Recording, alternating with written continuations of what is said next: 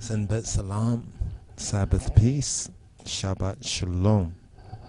Now we're entering into a very interesting period right now because we have completed the Ethiopic Exodus, Genesis Exodus. Now we're into the third book of Muse, and this is at the YAH-Rastafari Senbet or Senbet YAH-Rastafari Sabbath 24, which is known in the Hebrew as Wayikra or Wayikara. In the Ashkenazi will say Vayikra. The King of Kings in the Metaf Kedus, it's known as Taruto.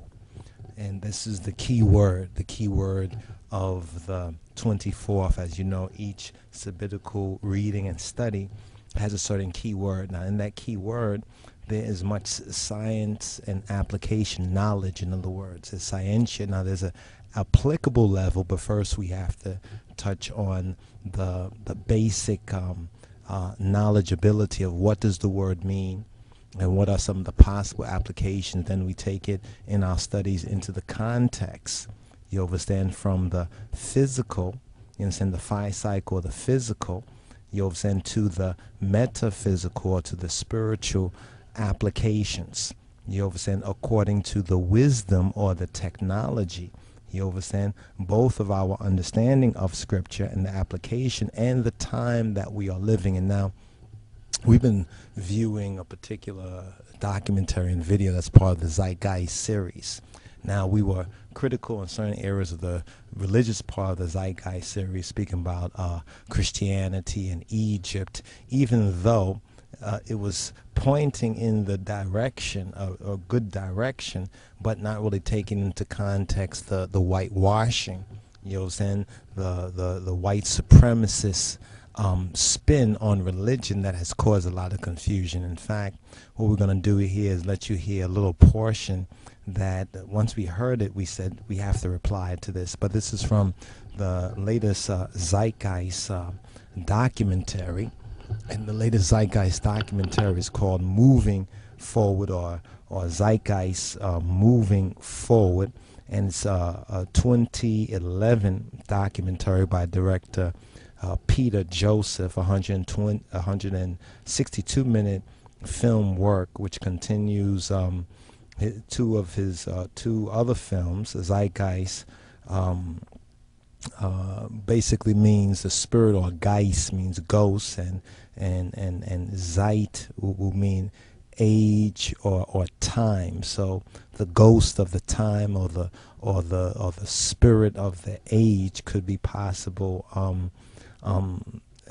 translations or interpretations rather, and it comes from the Germanic. It comes from the German language. Now, there's much that is beneficial to us in this, but he says a couple of things that are a little contradictory vis-a-vis, you understand, Scripture, Bible, and religion. But seeing that he's coming from a Eurocentric approach to these issues, this is why we have to, take in these sort of studies and also, do our own studies on it scientifically to prove or to disprove. Overall, we think it's a very worthwhile documentary to get a copy, to see it, to share with your friends, and to discuss some of the evidence that the Zeitgeist Moving Forward provides. But he said something here at this particular point. I want you to check it out for a moment.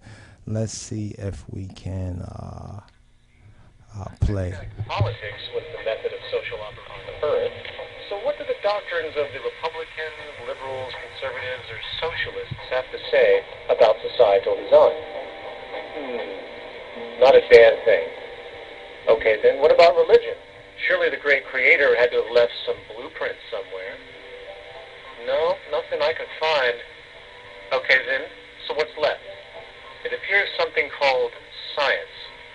Science is unique in that its methods demand not only that the ideas proposed be tested and replicated, but everything science comes up with is also inherently falsifiable.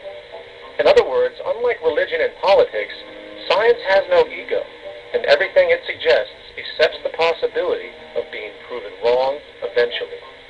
It holds on to nothing and evolves constantly. Sounds natural enough to me. So then, based on the current state of scientific knowledge in the early 21st century, along with our goal of maximum sustainability for the human population, how do we begin the actual process of construction? Okay, now that was a clip right there. This audio clip from the Zeitgeist moving forward, and he basically is speaking about society and society. This incredibly important social construct, society. What is society? You understand? And does politics, offer anything towards society's? Last I checked, politics was the method of social operation on Earth. So what do the doctrines of the Republicans, liberals, conservatives, or socialists have to say about societal design? Societal design. Not a damn thing. Okay, then what about religion? Surely the great creator had to have left some blueprint somewhere. No, nothing I can find. Well, that's interesting that he states that. He says, what does the great creator have any blueprints for society's design? And he honestly, he says, not that he can find, but we have found within the great creator's blueprint, or within the science, first of all, which is the knowledge. You understand? Then there's also the application of it. But first of all, one must have the science, the knowledge of the scriptures. And the knowledge of the scriptures, not just having a familiarity, a general familiarity, or a whitewash, Eurocentric familiarity with religion. You understand? What's so very interesting is that when we look at the scriptures and we take the scriptures, speaking of the Old Testament, especially the Torah, something he says in the beginning of his film, he talks about societies that are very peaceful. You understand? Very peaceful, where there's very little violence or murder. And he mentions one, like the Anabaptists and some of like the Amish sort of communities. And then he mentions, next to them, he mentions the Israeli kibbutzes, the kibbutz communities, how peaceful and well organized they are according to the true intent of a true peaceful society blueprint. Now, what's so interesting about that is both the Anabaptists and the Amish, you understand, we're giving you a European or a white people who have rendered a more just interpretation of so-called the great creator's blueprint. You understand? So he kind of contradicts himself, but generally, overall speaking, we understand why he has a focus on science. But for us, science, scientia, which is the Latin, and then when we go to the scripture, we find that in the very first part about the knowledge, the whole idea of the knowledge of good and evil, so forth and so on, which is the science in the Bible. A very interesting part, but it has been so woefully misinterpreted. But the documentary is still a good documentary. But what about society design? Since we are the Lion of Judah society, we've been asked, well, why have you called yourself society? Why the Lion of Judah society? And it's because of our scientific, scriptural, biblical, but a scientific, scriptural, Ethiopic science approach to it. We recognize that that is the key word used in the great creator's blueprint. You understand? For his people, where in some translations it has congregations. The congregation of the children of Israel. That's a key phraseology because that applies to the machiber. And we get to that root of that word, into the science of that, and then we apply it. We can see the root and the foundation of the great creator's blueprint or social society design, which in two of the manifestations that the Zeitgeist moving forward gives in the first part of it, among the Anabaptists and some of the Amish communities who are very peaceful, as well as among the kibbutzes, you understand, which also have a very peaceful, you understand, almost no violence or murders in these so-called quote-unquote religious societies, but more a society that lives scripturally, but lives in a community sense. In other words, among the Amish, among the kibbutz, and among certain communities concerning Bible and scriptures, it's not a religion. See, that's the key difference. They're not schizophrenic. They're not going one day or so a week and then being religious, then going back in the world the other days. But they're living within a community which is constructed at its core and at its root from the same blueprint that I don't know if this was the one narrating it, perhaps that was Peter Joseph that was directing or narrating the film. We got to look at it again, but he says he looks into, you know, the great book of the great creator leave any sort of blueprint, and he says not that he can find. Well, that's very honest, not that he can find, but some of the ideas that they propose thereafter for a true resource economy just struck us so very, very interesting, because some who have been following our broadcasts on the Ethiopian World Net probably will recall that in a couple of videos we've touched on economy, or the subject matter of economy, and in various teachings we've kind of touched on this issue, and we've tried to bring up the issue of the King of Kings economy, his imperial majesty, God's JAH, if you please, his true economy, because we have recognized that economy is at the heart of it, because the present so-called economic system or system that we live in is the Babylonian confused system. It's destroying itself, and it's destroying the children of humanity who have been hoodwinked and bamboozled, you understand, and conned through ignorance of it, as though it's the only way and the only choice about the matter. But anyway, the Almighty does, we want to just reply to the Zeitgeist moving forward, the Almighty does have blueprints for society's design, and once you get to know it, you'll find out that even the suggested blueprint of this sort of a model circular city is very interesting, because it's actually what has been, even in holy Ethiopia, you understand, the very sort of society that he is envisioning has already existed and still exists in the two examples he even gave, to a lesser degree, but still the fundamental structure is there among the Anabaptists, the Amish, the Israeli kibbutz societies. And there's another book that we want to suggest too. It's called Judaism and Vegetarianism. Don't let the name throw you off. This particular book by Richard H. Schwartz, PhD, is perhaps, and it's from the B'nai B'rith Book Club selection. The ISBN is 916288-28-5. That's 916288-28-5.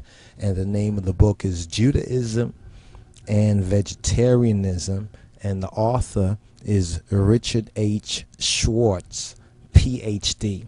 This is very important, and reading and perusing this book is so key that we as Rastafarians, especially as Ethiopian Hebrews, get to check this out, because this kind of shows why some of the Gentiles, you understand, have been found worthy by our God and our Father, while others of them have gone astray from it. There's some who truly and faithfully do receive the Torah and Judaism and the true teachings of the Bible with reverence of Yahweh Eloheinu. And it's not good to just blanket judge ones or judge ones based on so-called their race or because they're European or white. And when we speak about these issues, we're talking about systems, Keely, and ignorant folks that go along with systems out of ignorance to put a stop to their madness. But at the same time, in justice and all fairness and honesty, we have to recommend those whom, from our own weighing and balance of it, as well as looking into the prophetical scriptures, they will receive a name greater than that of sons and daughters because they have joined themselves to Yahweh Eloheinu in spirit and in truth. So this is another book that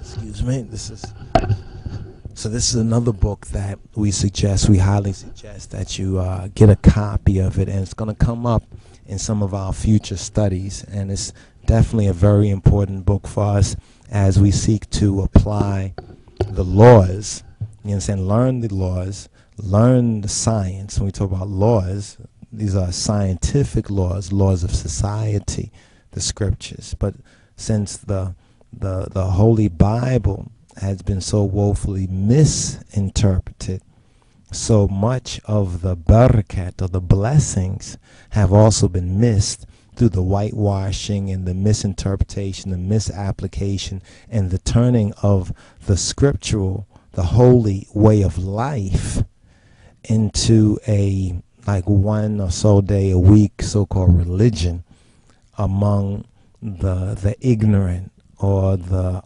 unlettered or unlearned, the unread, these who don't really read and study the scriptures, you understand, but have a sort of a blind faith. But if they were to study the scriptures, they would learn that blind faith is not acceptable with the very same God that they have blind faith just saves them because of their blind faith. There's no such thing written in and according to his law. So on the issue of religion, we're not a religion. You understand?